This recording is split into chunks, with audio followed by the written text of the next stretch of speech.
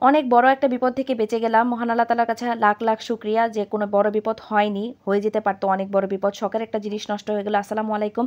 কেমন আছেন সবাই? আশা করি সকলেই ভালো আছেন। আলহামদুলিল্লাহ আমিও ভালো আছি। এই যে দেখেন আমার ব্লেন্ডারের জারটার কি অবস্থা হয়েছে। শখের একটা জিনিস, সংসার জীবনের ১ম জিনিস। এখন পর্যন্ত ইউজ করছি। প্রায় ৮ বছর হয়ে যাচ্ছে আমাদের সংসার জীবন। এই দেখেন আমার ব্লেন্ডারটার বয়সও ৮ বছর। তো এতদিন যাবৎ চালাচ্ছিলাম। মানে হঠাৎ করে ওইদিন জিরার মানে পেস্ট করতে গেলাম। টুস করে শব্দ হয়েছে। আমি তাড়াতাড়ি বন্ধ করে দিয়েছি। এটা হয়তো অন্য কারো হাতে থাকলে বড় ইনসিডেন্ট ঘটে যেতে পারত।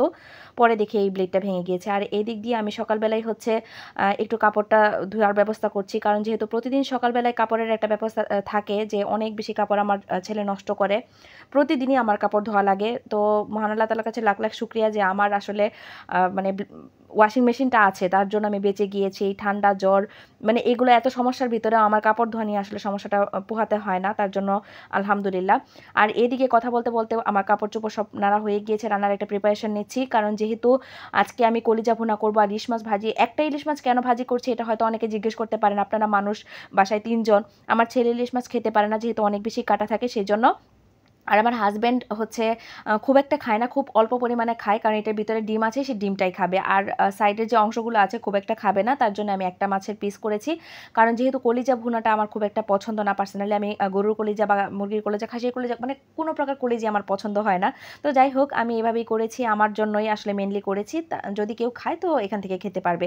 তো কথা বলতে, বলতে আমার কিন্তু ইলিশ মাছ ভাজিটাও হয়ে গেল। এদিক দিয়ে হচ্ছে আমি গরুর কলিজাটাকে একটু প্রসেসিং করি। অনেকে হচ্ছে এভাবে প্রসেসিংটা জানে না। সেইজন্য কিন্তু মানে এই ময়লাগুলো সহ খায়। দেখবেন কি পরিমাণ ময়লা বের হয়। এভাবে ভাপিয়ে নিবেন তাহলে দেখবেন যে কলিজা থেকে যত প্রকার ময়লা আছে সবগুলোই কিন্তু মানে বের হয়ে যাবে। আর এদিকে একটু ডালও করে নিয়েছিলাম। আমাদের দুপুরের খাবারের মেনু ছিল এটা। তো যাই হোক কথা বলতে, বলতে দেখেন এই যে আমার ডালটা হয়ে গিয়েছে। ওই দিক দিয়ে বাগার দিয়ে নামিয়ে নিয়েছি। আর এই দিক দিয়ে এই পাশের চুলায় হচ্ছে আমি হচ্ছে কলিজাটাকে ভাপিয়ে নিচ্ছিলাম যে দেখেন কি পরিমাণ ময়লা পানি বের হয়। এখানে কিন্তু কোনো প্রকার জিনিস ব্যবহার করিনি। তারপরেও দেখা গিয়েছে যে মানে কলিজা থেকে এই পরিমাণ ময়লা বের হয়েছে। আর এই যে দেখেন যে অংশগুলো ফেলে দিচ্ছি যে প্লাস্টিকের মতো জিনিসগুলো এগুলো পেটে গেলে কিন্তু অবস্থা খারাপ। কারণ এগুলো কিন্তু হজম হয় না।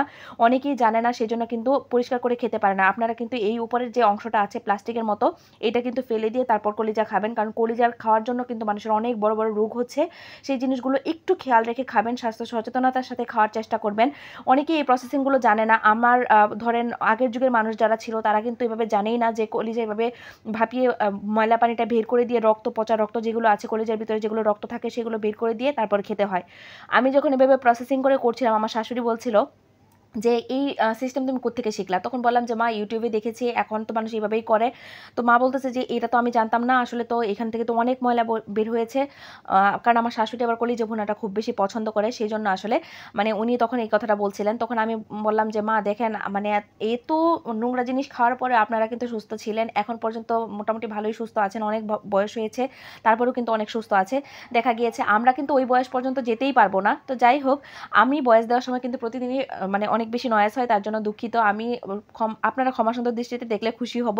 তো যাই হোক এদিকে কথা বলতে, বলতে আমার মসলাগুলো কষানো হয়ে গিয়েছে। আমি কলিজাগুলোকেও ছোট, ছোট কিউব করে কেটে নিয়েছি যেহেতু বোনা করব। এটা আপনার রুটি, সাদা ভাত, পরোটা তারপর হচ্ছে পোলাও দিয়ে সবকিছু দিয়ে খেতে পারবেন। কলিজা যারা পছন্দ করেন তাদের জন্য আসলে এই রেসিপিটা খুবই মানে পছন্দের একটা রেসিপি আমি মনে করি। আর খুবই ইজিভাবে দেখিয়েছি। এটার মধ্যে কোনো মানে আসলে কোনো ভ্যারাইটিস নাই যে আপনারা বলবেন যে এইভাবে তো আমরাও করি। কিন্তু ভ্যারাইটিসের মধ্যে ওইটাই যে কলিজাটা পরিষ্কার করানো দেখালাম সেটাই আপনাদের যারা জানেন না তাদের জন্য কাজে লাগবে। আর যারা জানেন তারা তো জানেনই। আর যদি কোনো প্রসেসিং থেকে থাকে অবশ্যই আমাকে কমেন্ট করে জানাতে ভুলবেন না। আর এদিকে যে মাংস রান্নার জন্য যে মসলাগুলো ব্যবহার করি সেই মসলাগুলো ব্যবহার করেছি। ভালোভাবে কষিয়ে নিয়েছি। কষিয়ে তারপর হচ্ছে এদিকে আমি কিউব করে রাখা কলিজাগুলো দিয়ে দিলাম। কলিজাগুলো দিয়ে তারপর হচ্ছে মোটামুটি ৩-৪ বার কষিয়ে নিব। কারণ যেহেতু এটা মাংসের মতোই শক্ত থাকে, গরুর কলিজা কিন্তু অনেক বেশি শক্ত থাকে, সেদ্ধ হতে অনেক বেশি সময় নেয়। ৩-৪ বার করে কষিয়ে নিবেন। আমি গরম পানি দিয়ে সবসময় কষাতে পছন্দ করি। সবসময় গরম পানিটাই ব্যবহার করি। আমি মাংস রান্নার ক্ষেত্রে সবসময় গরম পানি ব্যবহার করি। এইদিকে বলতে, বলতে আমার মোটামুটি কষানো হয়েই গিয়েছে। আমি কিন্তু দেখতেই পাচ্ছেন যে কয়েকবার কিন্তু কষিয়ে আপনাদের সাথে শেয়ার করেছি।